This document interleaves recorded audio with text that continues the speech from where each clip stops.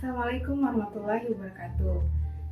Setelah kemarin kita membahas tentang gerak tumbuhan, sekarang kita akan membahas tentang gerak pada hewan. Nah, sebagaimana kita ketahui bahwa hewan itu ada yang tinggal di darat, di laut, dan di udara.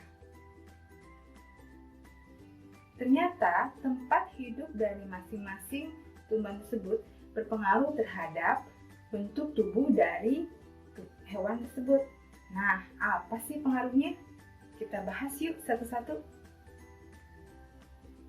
Oke, yang pertama, hewan di darat.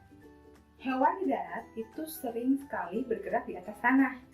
Dan di atas tanah itu membuat gesekan menjadi lebih besar. Otomatis, hewan yang di darat itu memerlukan energi yang lebih banyak untuk bergerak. Nah, untuk menghasilkan energi tersebut, hewan-hewan di darat harus memiliki otot dan tulang yang kuat. Jadi perlu diingat ya, hewan di darat itu memiliki otot dan tulang yang kuat untuk mengatasi gaya gesek yang terjadi selama hewan tersebut bergerak di atas tanah. Nah, sekarang kita akan bahas mengapa kijang, harimau, dan cheetah itu cenderung sering meloncat ketika berlari. Nah, alasannya ternyata adalah gesekan. Ketika mereka bergerak di udara, gesekan yang mereka alami jadi lebih kecil dibandingkan ketika bergerak di tanah. Sehingga mereka cukup mengeluarkan energi yang lebih kecil untuk mencapai jarak yang lebih jauh. Nah, sangat menarik ya. Kita bahas tentang hewan yang tinggal di air. Nah, untuk hewan-hewan yang tinggal di air, itu cenderung mereka berenang ya, melayang. Ada beberapa faktor yang membuat mereka bisa melayang. Yang pertama adalah dari bentuk tubuhnya. Terus yang kedua adalah dari tulang dan ototnya. Dan yang ketiga adalah dari massa jenis dari ikan tersebut. Apa sih pembahasannya? Yuk kita cek. Jadi, ternyata bentuk ikan yang seperti torpedo atau yang streamline itu membuat gesekan dengan air jadi lebih kecil. Jadi mereka bebas untuk bergerak, tidak terhambat oleh adanya air. Nah, yang kedua adalah otot dan tulang ikan. Ternyata tulang belakang dari ikan itu lentur dan mudah bergerak, tidak kaku seperti pada manusia. Sehingga ikan tersebut bisa bergerak meliuk-liuk di air dan membuat ikan tersebut bisa bergerak bebas di air.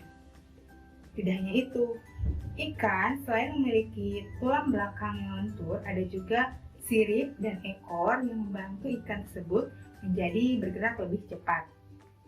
Sirip yang ada di bawah itu bergerak ke belakang. Nanti air yang di belakang itu akan mendorong ikan ke depan. Seperti itu. Ya, jadi tulang dan ototnya itu sangat berpengaruh terhadap gerakan ikan. Dan yang terakhir yang tidak kalah penting adalah massa jenis. Kalian sudah mengetahui kan massa jenis itu apa? Massa jenis itu adalah kerapatan. Nah, syarat untuk benda bisa melayang itu minimal massa jenis dari hewan atau bendanya sama dengan massa jenis di air. Oke, syarat dari benda supaya bisa melayang di air itu adalah massa jenis airnya harus sama dengan massa jenis dengan hewan yang ada di airnya. Jika massa jenis dari hewan tersebut lebih besar dibandingkan massa jenis air, dia akan tenggelam. Massa jenis air. Nah, menarik ya.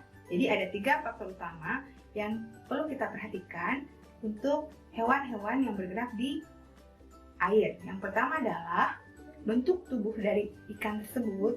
Yang kedua adalah tulang dan ototnya. Dan yang ketiga adalah kerapatan dari hewan dan airnya. Itu ya.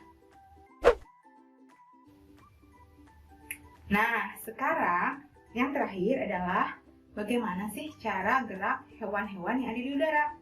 Ternyata ada yang menarik dari hewan-hewan yang ada di udara.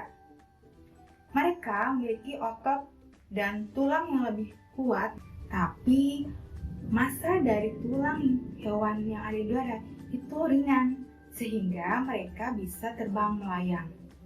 Bayang tidak, kalau tulang dari burung-burung atau hewan-hewan yang terbang itu berat, apakah mereka akan mudah bergerak? Tentu tidak. Jadi Allah menciptakan tulang dari hewan-hewan yang terbang itu massanya ringan, seperti itu ya. Nah, bagaimanakah hewan bisa terbang? Yang pertama adalah pengaruh dari sayap. Kalau kita perhatikan, ketika burung terbang, itu mengepakkan sayap ke bawah. Ketika bawah itu, udara yang di bawah sayap itu akan terdorong. Dan efeknya apa? Reaksi dari udara yang di bawah itu akan mendorong balik sayapnya, sehingga burung tersebut bisa terbang dengan mudah. Gitu. Dan otomatis otot dari sayap hewan atau burung itu harus kuat juga. Nah, alhamdulillah ya, hari ini kita sudah belajar tentang gerak hewan yang ada di darat, di laut, dan di udara. Ternyata tempat tinggal hewan tersebut sangat mempengaruhi alat gerak dari hewan-hewan yang tinggal di daerah tersebut. Oke, Bika berharap kalian bisa memahami apa yang disampaikan melalui video ini. Oke, Assalamualaikum warahmatullahi wabarakatuh.